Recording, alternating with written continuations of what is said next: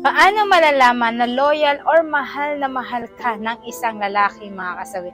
Siyempre, ang isang lalaki kapag ka-loyal ito sa'yo, alam mo ba, napakasiloso nito, mga kasawi. At higit sa lahat, kahit ano ang gawin mo sa kanya, kahit na ito ay pinagtatabuyan mo at higit sa lahat, kahit na anong galit mo sa kanya, kahit na ikaw yung nag-uumpisa ng away, mahabang mahaba ang pasensya ng isang lalaki sa'yo dahil isa yan sa mga sign na talagang ang lalaki ay loyal at talagang mahal na mahal ka nito. Kasi ang mga kalalakihan, alam nyo ba, napakaikli ng kanilang pasensya sa mga taong hindi nila mahal. Lalo pat ang isang lalaki ay yung alam mo ba na ikaw lang yung sobrang mahal na mahal mo siya, tapos yung lalaki hindi ka ganun kamahal. Alam nyo ba, kapag nagkaaway kayo, ikaw pa rin yung sumusuyo kahit na mali na ng isang lalaki.